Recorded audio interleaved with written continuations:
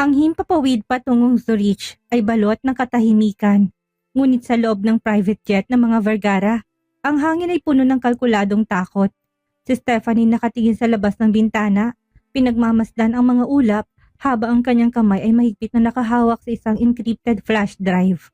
Ang unang bahagi ng lapis lazuli. Mommy, I bypass the satellite's thermal imaging. Ang pasilidad ni Lola sa Switzerland ay napapalibutan ng mga ghost signals. The obsidian circle is already there, ulat ni Cyrus. Ang kanyang mga mata ay pagod, ngunit ang kanyang mga daliri hindi tumitigil sa pagtatype. Arthur, gaano kalakas ang obsidian circle? Tanong ni Stephanie. Silang mga anino sa likod ng mga central banks, Stephanie. Hindi sila gumagamit ng baril kung kaya nilang pabagsakin ng isang bansa. Gamit ang isang click, seryosong sagot ni Arthur habang sinusuri ang kanyang tactical vest. Pero nagkamali sila ng kinalaban. Hindi nila kayalang bagsik ni isang Montemayor at ang pamilyang binuo natin. Paglapag ng helicopter sa isang pribadong helipad sa gitna ng Alps, ang lamig ay tila humihiwa sa balat. Ang White Alpine Clinic ay isang modernong kuta na gawa sa salamin at asero. Nakabaon sa gilid ng isang talampas. Naka-lockdown ang main gate. We have to go through the ventilation shaft sa basement, ani Arthur. Habang gumagapang sila sa madidilim na pasilyo ng basement, narinig nilang mga putok ng baril mula sa itaas. Ang obsidian circle ay nagsimula na ring pumasok. Hindi na ito simpleng pagkuha ng dokumento. Ito ay isang race against time para sa buhay ni Elena. Cyrus, stay in the comms room sa basement. Lock yourself in. Control the lights and the elevators. Kami nang kukuha sa Lola Elena mo, utos ni Stephanie. Narating ni na Stephanie at Arthur ang special care wing. Doon, sinalubong sila ng 6 na professional assassins na naka-all-black tactical gear. Walang salita, tanging tunog lamang ng mga silencer ang umaalingaw-ngaw. Si Arthur ay parang isang bagyo. Gamit ang 2 combat knives, mabilis siyang nakipagsabayan sa mga assassin. Bawat galaw niya ay may katumbas na dugong tumatalsik sa mapuputing dingding ng klinika. Samantalang si Stephanie hindi nagpahuli. Isang assassin ang sumugod sa kanya, ngunit ginamit niyang kanyang bulletproof briefcase para harangin ang sipa nito. Sabay isang malakas sa suntok sa lalamunan ng kalaban. Kinuha niyang baril nito at walang pag-aalinlangan binaril ang 2 pang papalapit na kaaway. Sa room 702, bilisan mo, sigaw ni Arthur habang sinusupong huling kalaban. Nang mabuksan ni Stephanie ang pinto ng room 702, nakita niyang kanyang ina na si Elena. Nakaupo sa wheelchair, mahinahon na tila naghihintay. Sa harap niya isang lalaking nakasuot ng mamahaling coat, si Julian Vergara, ang kapatid ni Arthur na matagal nang nawala sa eksena. Julian, gulat na sabi ni Arthur na kakarating lang. Hello brother, long time no see, ngisi ni Julian. Ang akala niyo ba si Victoria lang ang may gustong makuhang yaman ng Montemayor? I am the head of the Obsidian Circle's Asian branch, Arthur. At ang matandang ito, tinuro niya sa Elena, ay ang susi sa huling code ng lapis lazuli. Huwag mo siyang hawakan, Julian, banta ni Arthur. Ang baril ay nakatutok sa sariling kapatid. Masyadong emosyonal gaya ng dati, tawa ni Julian. Elena, ibigay mo na ang code. Ibigay mong access sa sovereign fund ng mga Montemayor at hahayaan ko silang mabuhay. Biglang tumayo si Elena mula sa kanyang wheelchair. Ang kanyang mga mata hindi nabakas ng kabaliwan. May isang matalas at makapangyarihang aura na lumitaw mula sa kanya. Julian Vergara, ang akala mo ba'y mahinang isip ko dahil sa mga gamot na ibinigay ninyo? Ang boses ni Elena ay malamig at puno ng otoridad. Ang kode hindi isang numero, ang kode isang damdamin. Tumingin si Elena kay Stephanie. Stephanie anak, ang gintong lakit na ibinigay ko sa iyo noong bata ka pa. Nasaan yun? Nasa akin, mommy, sabi ni Stephanie habang nilalabas ang locket mula sa kanyang leeg. Buksan mong likod nito gamit ang dugong dumadali sa iyong mga daliri. Yan ang biometric lock na ginawa ng iyong ama. Bago pa makakilo si Julian, mabilis sa kinagat ni Stephanie ang kanyang daliri tiniin ang dugo sa likod ng locket. Isang maliit na laser ang lumabas mula sa hiya sa tinutok sa monitor ng klinika. Biglang nagbago ang lahat ng data sa screen. Ang lapis lazuli ay hindi lang ledger ng dumi ng mga pamilya. Ito ay isang kill switch para sa lahat ng digital wealth ng Obsidian Circle. What have you done? Sigaw ni Julian habang nakikita ang kanyang mga accounts na nagiging zero sa bawat segundo. Tinapos ko ng iyong tiranya, sabi ni Stephanie. Dahil sa galit, binalak barilin ni Julian si Stephanie. Ngunit mabilis na humarang si Arthur. Isang putok ang umalingaw-ngaw, tumamang bala sa balikat ni Arthur. Ngunit bago pa makaputok muli si Julian, isang flashbang ang sumabog sa loob ng silid. Gawa ni Cyrus mula sa control room. Sa gitna ng usok, narinig ang malakas na tunog ng mga glass walls na nabasag. Ang mga Interpol agents na tinawagan ni Cyrus gamit ang ebidensya mula sa lapis lazuli ay bumulusok pababa mula sa kisame. Nahuli si Julian, duguan at talunan. Habang nilalabas siya, tinignan niya si Arthur. Hindi pa ito tapos, brother. Ang Obsidian Circle ay maraming ulo at puputulin kong bawat isa sa kanila. Sagot ni Arthur habang inaalalayan siya ni Stephanie. Niyakap ni Stephanie ang kanyang ina. Mommy, tapos na. Ligtas na tayo. Tumingin si Elena sa kanya. May luha sa mga mata. Hindi pa, Stephanie. Ang sovereign fund na nabuksan mo, hindi yon pera lang. Ito ay pondo para sa the restoration. Ang mga Montemayor ay may tungkuling ibalik ang kaayusan sa 7 pamilya. Lumingon si Stephanie kay Arthur at kay Cyrus. Ang kanilang buhay ay hindi na kailanman magiging normal. Sila na ngayon ang mga tagapangalaga ng isang lihim na maaring makapagpabago sa mundo. Ready for the next chapter? Tanong ni Arthur habang nakatingin sa nyebe sa labas. Ngumiti si Stephanie. Isang ngiting puno ng tapang. I am the Queen of Montemayor. I was born ready.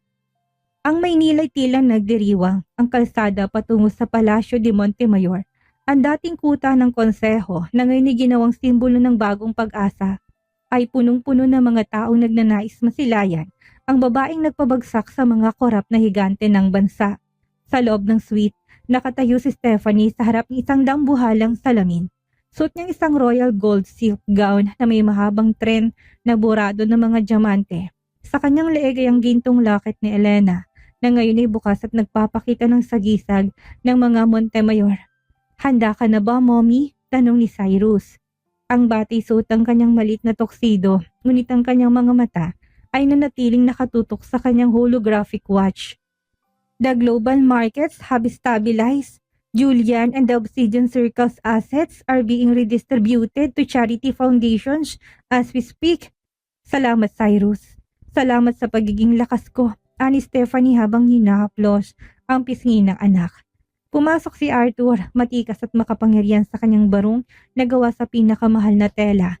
Ang kanyang sugat sa balikat ay may benda pa, ngunit ang kanyang tindig ay tila isang haring handang protektahan ng kanyang reyna. Sa gitna ng malawak na bulwagan, sa harap ng mga diplomat, opisyal na gobyerno at ng kanyang inang si Elena na ngayon ay ganap ng pagaling, lumakad si Stephanie patungo sa trono. Ngayong gabi, hindi lang ako tumatayo bilang isang Montemayor. Ang boses ni Stephanie umalingaw-ngaw, puno ng otoridad at damdamin. Tumatayo ako bilang boses ng bawat taong sinira ng kasakiman. Ang katarungang nakuha ko ay katarungang ibabahagi ko sa inyong lahat.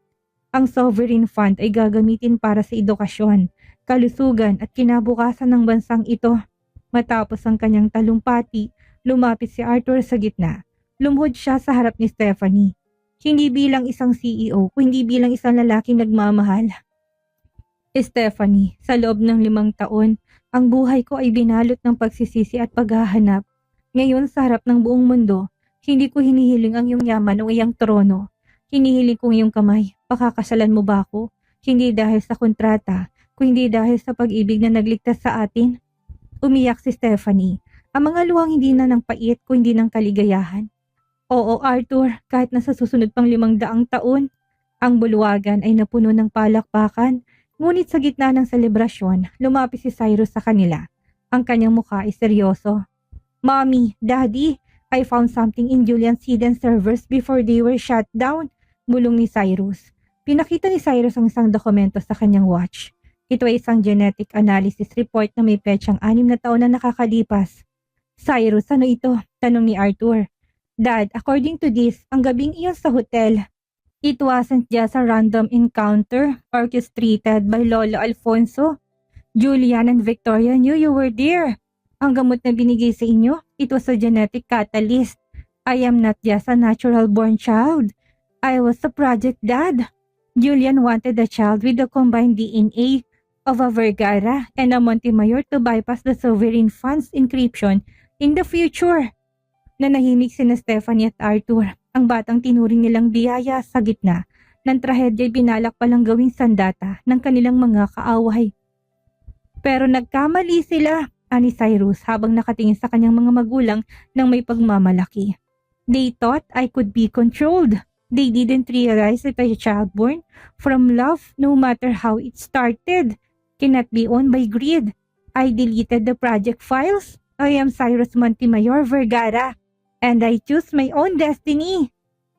Niyakap ni na Stephanie at Arthur ang kanilang anak sa labas ng palasyo. Nagsimulang pumutok ang mga fireworks. Kinukulayan ng langit ng ginto at asul. Ang paghihiganti ni Stephanie ay nagsimula sa isang madilim na gabi ng pagtatraidor.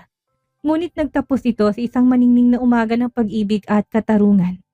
Ang basurang itinapon noon ay siya na ngayon nagpapatakbo ng kinabukasan. Habang nakatingin sa malawak na lungsod mula sa balkonahe, hinawakan ni Arthur ang bewang ni Stephanie.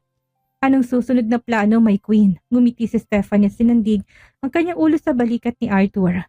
Mabuhay ng payapa, pero kung may magtatangka uling gumulo sa pamilya natin, ipapaalala ko sa kanila kung bakit hindi dapat binabanggang isang Montemayor. Ang mga anino na nakaraan ay tuluyan ng pinalis ng liwanag. Si Stephanie ang reynang nagmula sa putik ay handa na para sa kanyang habang buhay. 10 taon nang mabilis na lumipas, ang Palasyo de Montemayor ay hindi na lamang isang kuta ng kapangyarihan. Ito ay naging isang tahanang puno ng tawanan at mga sikretong tanging ang mga dingding nito ang nakakaalam. Sa malawak na harding na nakaharap sa dagat, isang ingrandeng selebrasyon ang nagaganap. Ang 10 anibersaryo ng kasal ni Stephanie at Arthur. Ang paligid ay nababalot ng mga puting orkidya at mga gintong bumbilya na tila mga bituin na bumababa sa lupa. Sa gitna ng sayawan, isang matikas na binatilyong naglalakad ng may otoridad. Si Cyrus na ngayon ay 16 na taong gulang na ay hindi lamang isang hacking genius. Siya na ang tumatayo bilang kanang kamay ng kanyang ama sa Vergara Group at ang protector ng Montemayor Foundation. Kuya, stop looking at your tablet. It's mommy and daddy's night. Puna ng isang 7 taong gulang na batang babae na kamukhang-kamukha ni Stephanie. Si Althea, ang bunsong anak na siyang nagpalambot sa puso ng lahat. I'm just making sure the security drones are in position, Thea. Nakangising sagot ni Cyrus habang ginugulong buhok ng kapatid. Hindi mo ba alam? Ang mga kaaway natin ay nagtatago na lang sa takot pero mas mabuting handa tayo. Sa balkonahe na nakadungaw sa pagtitipon, nakatayo si Stephanie. Suot niya isang simpleng puting sutla ng gown na lalong nagpatingkad sa kanyang natural na ganda. Sa edad na 37, ang kanyang aura ay mas lalong naging regal at kagalang-galang. Naramdaman niya isang pamilyar na init sa kanyang likuran. Ang malalakas na braso ni Arthur ay pumalibot sa kanyang bewang at ang mainit na hininga nito ay dumampi sa kanyang leeg. 10 taon, Stephanie, at tila kahapon lang nung kinuha kita mula sa dilim. Bulong ni Arthur, ang kanyang boses ay mas malalim na ngayon, puno ng katapatan at pagnanasa na hindi kumupa sa paglipas ng panahon. Kumarap si Stephanie sa kanya, ang kanyang mga kamay ay dahan-dahang gumapang sa batok ni Arthur. At 10 taon mo rin akong pinatunayan na hindi lahat ng kontrata ay nauuwi sa pait. Binigyan mo ko ng higit pa sa katarungan, Arthur. Binigyan mo ko ng tahanan. Hinalikan ni Arthur ang dulo ng ilong ni Stephanie bago ito dinala sa isang madamdaming sayaw sa ilalim ng liwanag ng buwan. Walang musika, tangi ang tibok ng kanilang mga puso at ang huni ng dagat ang nagsisilbing kumpas. May regalo ko sa'yo, bulong ni Arthur habang umiikot sila sa sayaw. Arthur, sapat na ang islang ito. Sapat ng pamilya natin, nakangiting sagot ni Stephanie. Nilabas ni Arthur ang isang maliit na velvet box. Nang buksan to ni Stephanie, nakita niyang isang susi na gawa sa purong platinum. Ano to? Binili kong lumang property ng mga Alcantara. Ang lupang kinatatayuan ng mansyon kung saan kanila minaliit noon. Giniba ko ng mansyon. Sa lugar na yon, pinapatayo kong Elena Montemayor Children's Hospital. It's yours, Stephanie. Isang regalo para sa iyong ina at para sa bawat batang nangangailangan ng pagkakataon na tulad ng ibinigay mo kay Cyrus. Napaiyak si Stephanie. Mga luhang puno ng kilig at pasasalamat. Hinila niya si Arthur para sa isang matamis at matagal na halik. Isang halik na nagsasabing sila ay mananatiling matatag anuman ang dalhin ng bukas. Sa malayong sulok ng hardin, nakaupo si Elena Montemayor, malusog at payapa, habang pinapanood ang kanyang mga apo. Kasama niya si Attorney Pilaes, hindi ang traidor, kundi ang bagong abogadong tapat sa pamilya. Ang reyna'y nahanap ng kanyang hari, wika ni Elena habang nakatingin sa mag-asawa. At ang kanilang kaharian hindi nagawa sa takot kundi sa pag-ibig. Habang pumuputok ang mga huling fireworks sa langit, binuhat ni Arthur si Stephanie parang isang bagong kasal. At dinala ito papasok sa mansyon. Ang mga tawa ni Althea at ang mapanuring tingin ni Cyrus ay nagsilbing musika sa kanilang pag-alis. Ang kwento ni Stephanie de la Vega Montemayor ay nagsimula sa isang madugong sabwatan. Dumaan sa apoy ng paghihiganti at nagtapos sa isang paraisong binuo ng katapatan. Silang mga Montemayor Vergara, ang pamilyang hindi kayang wasakin ng ginto at hindi kayang talunin ng tadhana.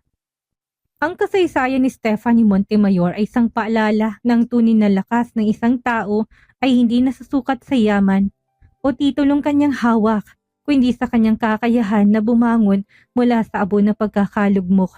Tinuturo ng kwentong ito ng paghihiganti ay maaring magsilbing mitya ng pagsisimula, ngunit tanging ang pag-ibig at katarungan ang tunay na nakapagpapalaya sa ating pagkatao. Sa mundo ng mga anino at pagtatraidor, ang katapatan sa sarili at ang proteksyon sa pamilya ang nagsisilbing pinakamaliwanag na ilaw. Ipinapakita dito ng basurang itinapon ng lipunan ay maaaring maging pundasyon ng isang bagong kaayusan. Basta't may tapang kang harapin ang katotohanan. Gaano man ito kasakit at may puso kang handang magpatawad na hindi kinakalimutan ng dangal.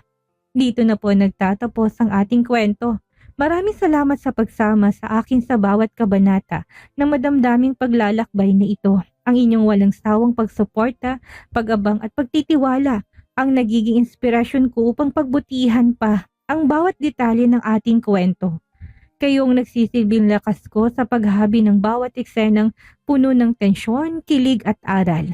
Hindi lamang ito kwento ni Stephanie at ni Arthur. Ito ay kwento rin nating lahat na naniniwala sa kabila ng anumang unos. Laging may bukang liwayway na naghihintay. Manatili sana kayong nakatutok dahil marami pa tayong mga mundong lalakbayin at mga pusong uukitan ng mga bagong salaysay. Kayo ang tunay na bida sa channel na ito. Maraming salamat at mahal ko kayong lahat.